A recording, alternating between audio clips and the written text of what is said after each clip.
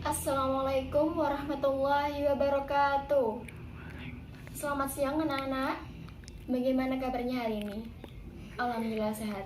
Sebelum kita memulai pelajaran, mari kita berdoa terlebih dahulu ya. A'udzu billahi minasyaitonir rajim. Bismillahirrahmanirrahim. Raditu billahi rabba wa bil islami dina wa bi Muhammadin nabiyyan wa rasula. Rabbi zidni ilma warzuqni fahma ya rabbal alamin. Ada yang tidak masuk hari ini? Tidak ada ya? Alhamdulillah, amin. Ada yang masih ingat nggak minggu kemarin kita membahas mengenai apa? Ya, minggu kemarin kita membahas mengenai tobat, taat, istiqomah, dan ikhlas. Nah, untuk minggu ini kita membahas mengenai adab sholat dan zikir. Ibu akan menjelaskannya ya. Tema kita hari ini yaitu adab sholat dan zikir. Yang pertama, sholat. Sholat itu berasal dari kata bahasa Arab yaitu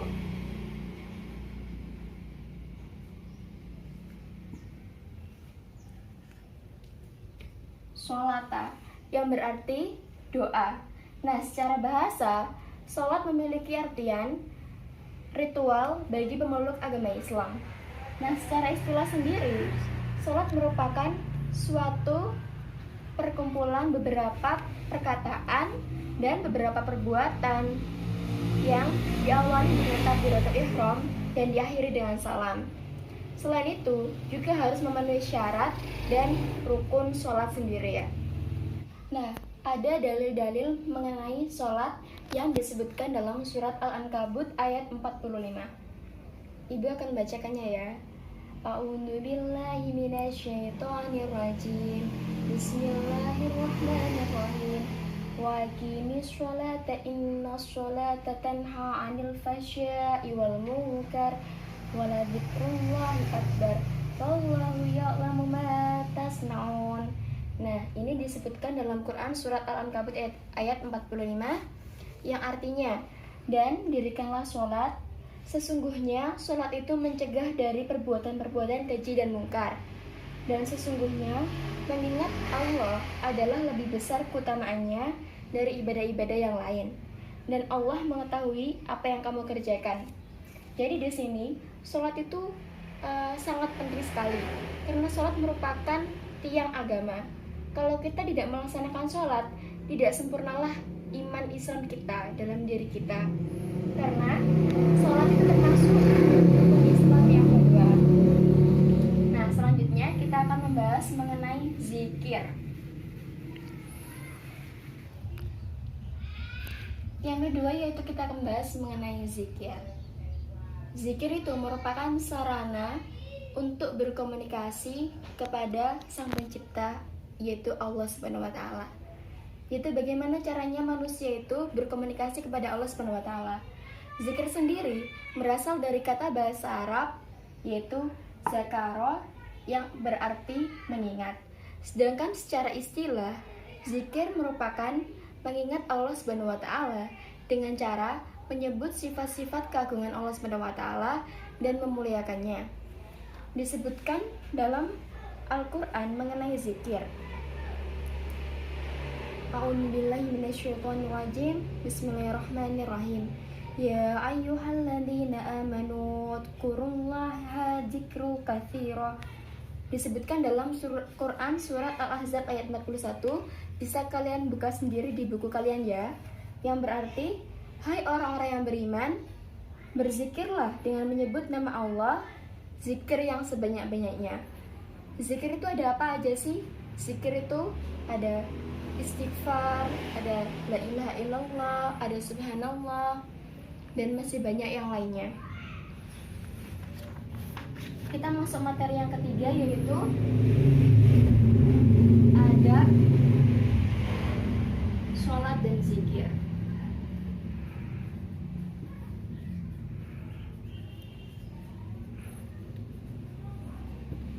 Jadi, kalau kita sholat atau kita berzikir, itu tidak hanya langsung melantunkan saja, tetapi ada adab-adab yang harus kita lalui dan bagaimana kita memposisikan diri kita. Yang pertama yaitu adab sholat.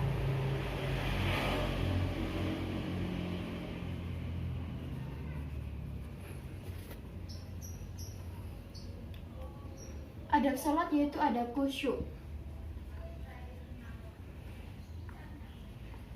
Kalau kita sedang sholat, tentulah kita harus benar-benar menghadap kepada Sang Pencipta. Jadi kita diharuskan untuk khusyuk. Yang kedua, selain khusyuk, ada hati yang ikhlas.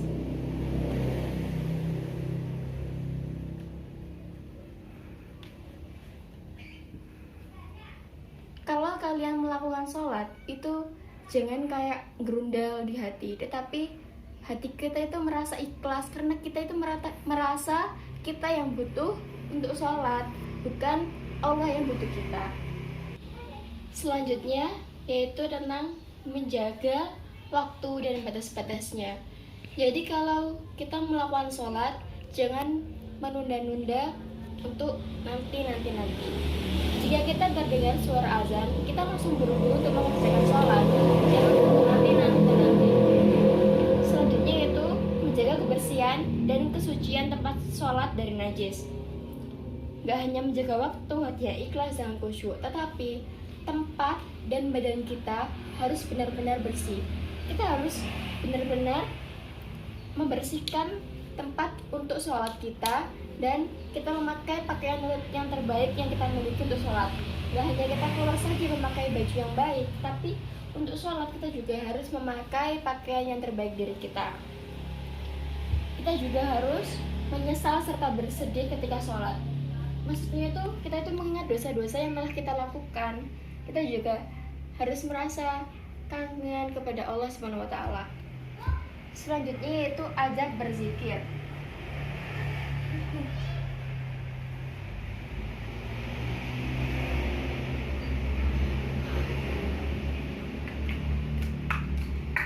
Bisa kalian lihat di buku paket kalian.